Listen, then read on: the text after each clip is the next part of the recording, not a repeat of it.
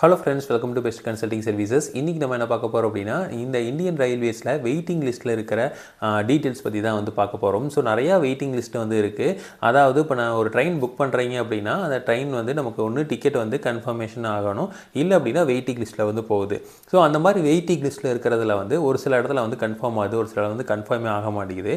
அதாவது வெயிட்டிங் லிஸ்ட்டில் 100 இருக்கிறது கன்ஃபார்ம் ஆகுது, 70 இருக்கிறது கன்ஃபார்ம் ஆகுது. ஆனால் வெயிட்டிங் லிஸ்ட்டில் வந்து 10 இருக்கிறது, 12 இருக்கிறதெல்லாம் கன்ஃபார்ம் ஆகாமல் போயிடுது. ஸோ இதெல்லாம் எதனால் வந்து நடக்குது? ஸோ இந்த வெயிட்டிங் லிஸ்ட் வந்து எப்படி பார்த்து நம்ம டிக்கெட் வாங்கணும் அப்படிங்கிற பற்றியெல்லாம் தான் இந்த பதிவில் வந்து பார்க்க போகிறோம். பொதுவாக வந்து இந்தியன் ரயில்வேஸில் வந்து நமக்கு ஒரு ஸ்லீப்பர் கிளாஸை எடுத்துக்கிட்டிங்க அப்படின்னாவோ, இல்லை ஏசி எடுத்துக்கிட்டிங்க அப்படின்னா, நமக்கு வந்து மெயினாக வந்து இந்த சைடு வந்து 2 சைடு வந்து ஒரு 3 ஸ்லீப்பர் பெட்ஸ் வந்து இருக்கும். ஸோ இந்த சைடு வந்து 3 ரோ இருக்கும், இந்த சைடு ஒரு 3 ரோ இருக்கும். அதே மாதிரி நம்ம நடந்து போகிற இடத்துல இந்த சைடில் வந்து பார்த்திங்க அப்படின்னா 2 பெர்த் இருக்கும், சைடில் வந்து 2 பெர்த் வந்து இருக்கும். ஸோ அப்போது வந்து மொத்தம் வந்து ஒரு கேபின் மாதிரி இருக்கிற இடத்துல வந்து 8 பெர்த் வரைக்கும் இருக்குது. ஸோ இப்போ இதில் வந்து பார்த்திங்க அப்படின்னா நமக்கு வந்து சீட் வந்து ஒரு 1000 பேர் ஒரு ட்ரெயினில் போக முடியும் அப்படின்னா, அந்த 1000 பேர்த்துக்கு மேலே வந்து ஒருத்தர் வந்து பதிவு பண்ணுறாங்க அப்படின்னா அவங்களுக்கு வந்து ஆர்ஏசி அப்படின்னு ஒன்று கொடுக்குறாங்க. அதாவது ரிசர்வேஷன் எகெயின்ஸ்ட் கேன்சலேஷன் அப்படின்னு கொடுக்குறாங்க. அவங்க வந்து அந்த ஸ்லீப்பர் கிளாஸில் வந்து உட்காந்துட்டு போய்க்கலாம் அப்படிங்கிற மாதிரி ஒரு ஆப்ஷன் வந்து கொடுக்குறாங்க. அதாவது சைடு பெர்த் இருக்கும்ல, அந்த சைடு பெர்த்தில் கீழே லோவர் பெர்த்தில் அந்த மாதிரி ஒரு ஆப்ஷனை வந்து கொடுக்குறாங்க. அதுக்கப்புறம் வந்து அந்த ஆர்ஏசியும் ஃபில் ஆனதுக்கப்புறம் இருக்கிறதா வந்து வெயிட்டிங் லிஸ்ட்டு.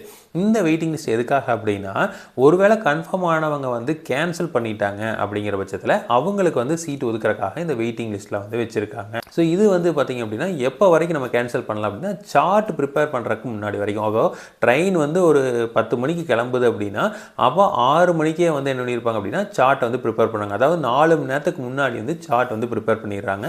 ஸோ இது வந்து கம்ப்யூட்டரே எல்லாமே கொடுத்துருது, எதுவுமே வந்து மேனுவல் கிடையாது, எல்லாமே கம்ப்யூட்டரைஸ்டு தான். அப்போ வந்து நீங்கள் 40 வயசுக்கு மேலே போச்சுனாவே லோவர் பெர்த் ஒதுக்கணுமா இல்லையா அப்படிங்கிறது எல்லாமே வந்து கம்ப்யூட்டர் வந்து அது வந்து பார்த்துக்குது. ஸோ எல்லாமே அல்காரிதம் தான், எல்லாமே அது வந்து பார்த்துக்குது. ஸோ இப்போது இந்த வெயிட்டிங் லிஸ்ட்டில் வந்து நமக்கு மெயினாக வந்து இந்த கன்ஃபர்மேஷன் டிக்கெட்டை வந்து விட்டுருங்க. அடுத்தது வந்து ஆர்ஏசிங்கிறது வந்து அவங்க அந்த சைடு பெர்த்தில் லோவர் பெர்த்தில் உட்காந்துட்டு வந்து போய்க்கலாம். ஸோ இப்போ ஒருத்தர் வந்து படுத்துட்டு போகிறக்கு போல 2 பேர் உட்காந்துட்டு போய்க்கலாம் அப்படிங்கிற ஒரு இது வந்து கொடுத்துருக்காங்க. ஸோ இது வந்து வந்துடும். அதுக்கு அடுத்தது வந்து பார்க்குறது தான் வெயிட்டிங் லிஸ்ட்டு. அந்த வெயிட்டிங் லிஸ்ட்டில் நமக்கு நிறைய டைப்ஸ் இருக்குது. ஒன்று வந்து பார்த்திங்க அப்படின்னா நமக்கு வந்து ஜென்ரல் வெயிட்டிங் லிஸ்ட் அப்படின்னு சொல்கிறோம்.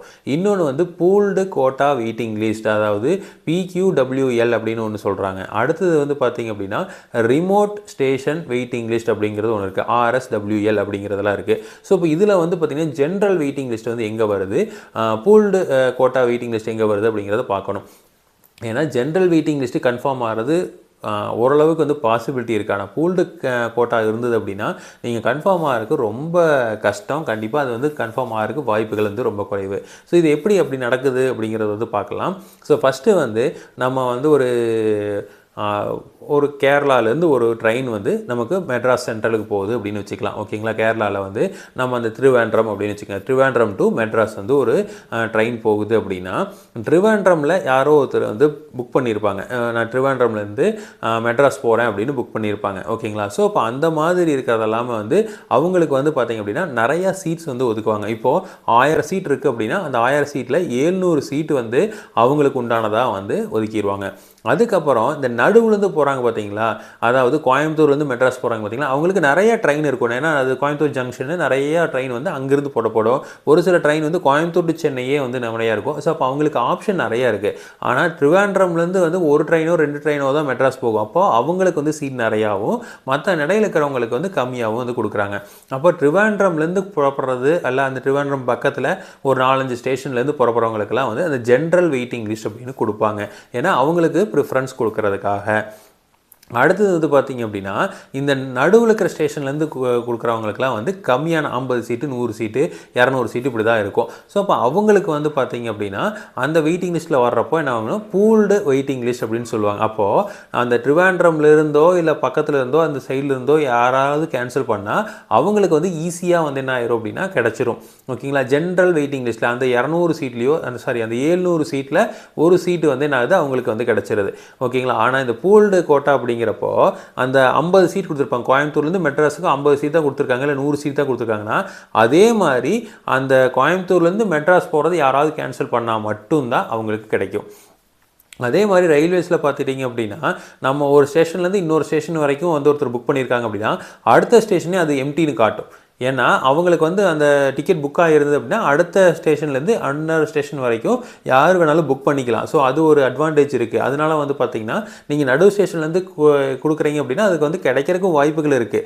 ஏன்னா வந்து இப்போ ட்ரிவாண்ட்ரம் வந்து கோயம்புத்தூர் வரைக்கும் ஒருத்தர் புக் பண்ணியிருப்பார்.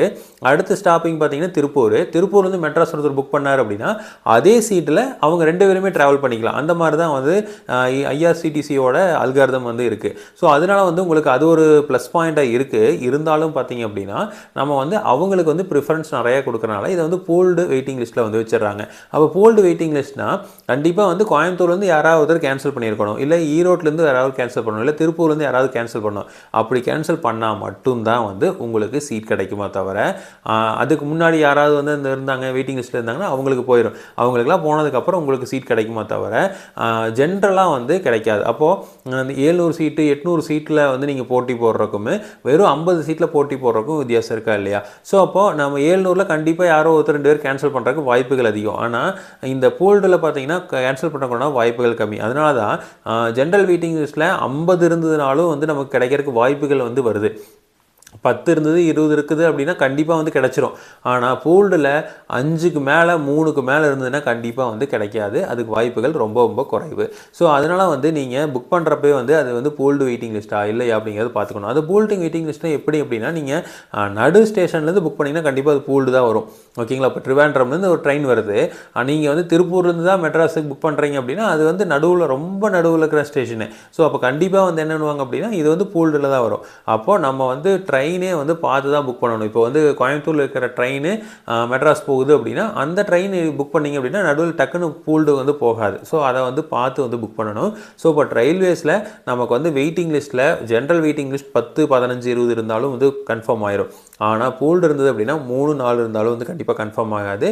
ஸோ அதை வந்து தெளிவாக பார்த்துட்டு அதுக்கப்புறம் புக் பண்ணுங்கள். ஸோ இதனால் புக் பண்ணி கேன்சல் ஆச்சு அப்படின்னா ஒன்றும் பெருசாக லாஸ் ஆக போகிறதில்ல. ஸ்லீப்பர் கிளாஸாக இருந்தால் ஒரு டிக்கெட்டுக்கு 40 ரூபா போகும். 3 டயர் ஏசியாக இருந்தால் ஒரு 75 ரூபா அந்த ரேஞ்சுக்கு வந்து போகும். அடுத்தது வந்து 2 டயர் ஏசினா 100 ரூபா 125 ரூபா போகும். அடுத்தது 1 டயர் ஏசி அப்படிங்கிறப்போ இன்னமும் வந்து கொஞ்சம் காசு வந்து சேர்த்து போகுமா தவிர பெருசாக வந்து போகாது. ஸோ இருந்தாலும் வந்து வெயிட்டிங் லிஸ்ட்டு அப்படிங்கிறது என்ன, எப்படி வந்து கன்ஃபர்மேஷன் ஆகுது அப்படிங்கிறத வந்து பார்த்துங்க. ஸோ அப்போ ஃபஸ்ட்டு வந்து கன்ஃபர்மேஷன் டிக்கெட்டு, அடுத்தது வந்து ஆர்ஏசி. ஓகேங்களா? அதாவது கன்ஃபர்மேஷன் டிக்கெட்லேருந்து ஆர்ஏசிலேருந்து வெயிட்டிங் லிஸ்ட்டு. அப்போது யாராவது கன்ஃபர்மேஷன் டிக்கெட் வந்து கேன்சல் பண்ணாங்க அப்படின்னா அவங்க ஆர்ஏசிலேருந்து ஆட்டோமேட்டிக்காக என்ன பண்ணுவாங்க அப்படின்னா கன்ஃபர்மேஷன் டிக்கெட்டுக்கு வந்து போயிடுவாங்க. அதுக்கப்புறம் வந்து அந்த வெயிட்டிங் லிஸ்ட்டில் இருந்தவங்க ஆர்ஏசிக்கு வந்து வந்துடுவாங்க.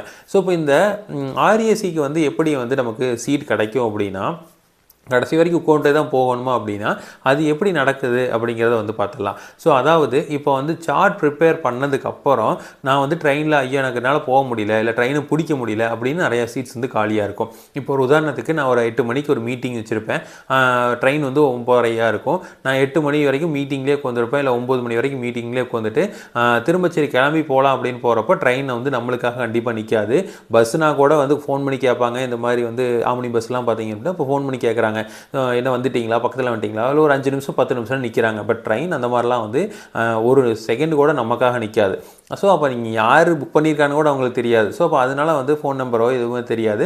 ஸோ ட்ரெயின் வாட்டு கிளம்பிடும். அப்போ நீங்கள் மீட்டிங் முடிச்சுட்டு போகிறக்கு டைம் ஆயிடுச்சு அப்படிங்கிற பட்சத்தில் நீங்கள் கண்டிப்பாக அந்த ட்ரெயினை விட்டுருவீங்க. அப்போது நீங்கள் அடுத்த ஸ்டேஷனுக்கு போய் ட்ரெயினை போய் பிடிக்கிறதெல்லாம் வந்து நடக்காத காரியம். அப்போது அந்த சீட்டு வந்து காலியாக தான் இருக்கும்.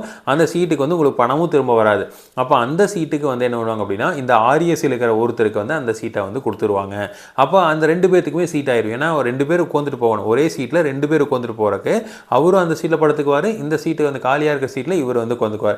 அப்படி வந்து ஏதாவது சீட்ஸ் வந்து காலியாச்சு அப்படின்னா தான் ஆர்ஏசியில் இருக்கிறவங்களுக்கு நமக்கு பெர்த் வந்து கன்ஃபார்ம் ஆகும். இப்போ ஒரு சில டைம் என்ன ஆகும் அப்படின்னா இந்த பொங்கல் பண்டிகையில் வந்து தீபாவளி இந்த மாதிரிலாம் இருக்கிற இடத்துல யாருமே வந்து மேக்ஸிமம் கேன்சல் பண்ண மாட்டாங்க. அப்போ வந்து நீங்கள் கடைசி வரைக்கும் உட்காந்துட்டே தான் போயாகணும். வேறு வழியே கிடையாது. நைட்டாக இருந்தாலும் சரி பகலாக இருந்தாலும் சரி நீங்கள் உட்காந்துட்டு தான் வந்து போயாகணும். இதே வந்து இந்த ஒரு ஜென்ரலான சீசனாக இருக்குது அப்படின்னா கண்டிப்பாக ஒரு 2 பேர் 3 பேர் வந்து கண்டிப்பாக வந்து வரமாட்டாங்க. அவங்களுக்கு வந்து அந்த இது பண்ணிடுவாங்க. இப்போ ஜென்ரலாக வந்து ஆர்ஏசி வந்து என்ன பண்ணுது அப்படின்னா கீழே இருக்கிற சைடில் இருக்கிற லோவர் பர்த் எல்லாமே ஆர்ஏசி கொடுத்துட்றாங்க ரயில்வே. ஸோ இது வந்து நிறையா ஸ்கேமுன்னு நிறைய பேர் சொல்கிறாங்க. இதெல்லாம் தப்புன்னு சொல்கிறாங்க. ஏன்னா அவங்க வந்து பேர்த்துக்கு உண்டான அமௌண்ட்டை தான் 2 பேர்த்திட்டையும் வாங்குறாங்க. அப்போ நீங்கள் வந்து என்ன பண்ணியிருக்கணும், ஒருத்தருக்கு உண்டான அமௌண்ட்டை வந்து வாங்கிட்டு 2 பேர்த்த உட்கார வச்சு ஷேர் பண்ணி உட்கார வச்சுக்கிங்கன்னா அப்படி ஓகே. ஆனால் வந்து என்ன பண்ணுறீங்க அப்படின்னா 2 பேத்துக்கு பணம் வாங்கிறீங்க. ஆனால் 2 பேத்துக்கும் வந்து பெர்த் கொடுக்குறதில்ல. யாரோ ஒருத்தருக்காவது பெர்த் கொடுக்கணும். ஸோ அந்த மாதிரி இல்லை அப்படிங்கிறது வந்து ஒரு பெரிய பிரச்சனையாக தான் வந்து போயிட்டுருக்கு. இருந்தாலும் வந்து ரயில்வேல இருக்கிற அளவுக்கு வந்து மலிவான டிக்கெட்டு, மலிவான ட்ராவலிங்கு கிடைக்கிறதில்ல அப்படிங்கிறனால எல்லாருமே அட்ஜஸ்ட் பண்ணி போய்க்கிறாங்க. அதே மாதிரி வெயிட்டிங் லிஸ்ட்டில் இருக்கிற டிக்கெட் இருந்தது அப்படின்னா நீங்கள் வந்து ட்ரெயினில் ஏறவே கூடாது. அப்படி ஏறினீங்க அப்படின்னா கண்டிப்பாக அது கன்ஃபர்மேஷன்லாம் எதுவுமே பண்ணி தர மாட்டாங்க. உங்களுக்கு வந்து நீங்கள் வந்து வித்தவுட் டிக்கெட் இருக்கிறக்குண்டான ஃபைனை கட்ட வேண்டிய அவசியமும் வந்து ஏற்படலாம். அதனால் வந்து வெயிட்டிங் லிஸ்ட்டில் இருந்தது அப்படின்னா நீங்கள் ட்ரெயினில் வந்து கண்டிப்பாக வந்து நீங்கள் போகக்கூடாது. ஆர்எஸ்சியில் இருந்தால் மட்டும்தான் வந்து நீங்கள் ட்ரெயினில் போக முடியும். சார்ட் ப்ரிப்பேர் ஆனதுக்கப்புறம் வந்து கண்டிப்பாக வந்து வெயிட்டிங் லிஸ்ட்டில் இருக்கிற எந்த ஒருத்தருக்கும் வந்து அது கன்ஃபர்மேஷன் வந்து வர்றதுக்கு வாய்ப்புகள் இல்லை. ஓகேங்களா? ஸோ இதே மாதிரி இன்ஃபர்மேஷன் உங்களுக்கு தொடர்ந்து வேணும் அப்படின்னு எங்கள் சேனலை சப்ஸ்கிரைப் பண்ணுங்கள். தேங்க்யூ.